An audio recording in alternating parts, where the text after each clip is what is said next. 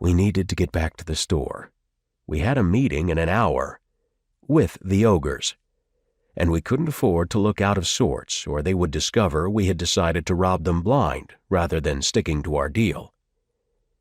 My cell phone rang as we came to a stoplight. I frowned, glancing down. It was Indy. I smiled.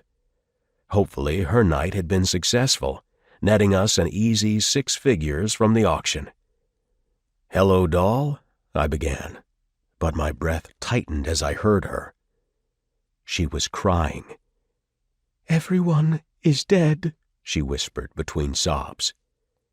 My hands were suddenly shaking, and Alucard was watching me with concern. "Where are you?" I all but shouted. "I'm still at the auction. I don't know what happened. I woke up and everyone was dead.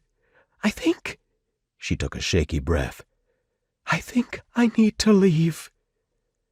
I was almost hyperventilating by now, my fight-or-flight system kicking into overdrive. "Stay put. We're only a few minutes away." I hung up the phone and peeled out, ignoring the red light in front of me as I veered right to head to the auction house. What the hell could have turned an auction into a slaughterhouse? And why was Indy the only survivor? Alucard voiced my fears. "Think she did it?"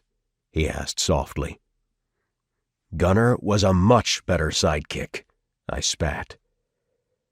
Alucard folded his arms stubbornly as we tore through the night. "We're going to be late for your meeting with the ogres," I groaned, mashing my foot harder into the pedal. We couldn't afford to be late and look suspicious. Not after robbing them. They would be looking for suspects. Rain began to pelt the windshield as my mind raced with options. First things first, I needed to make sure my fiancée was safe, even if that meant hiding her from the law. As if reading my mind, Alucard piped up. "Perhaps Gunnar wouldn't have made a good sidekick for this one," he said, alluding to my childhood friend's background as an officer of the law. I grunted noncommittally, and he laughed in triumph.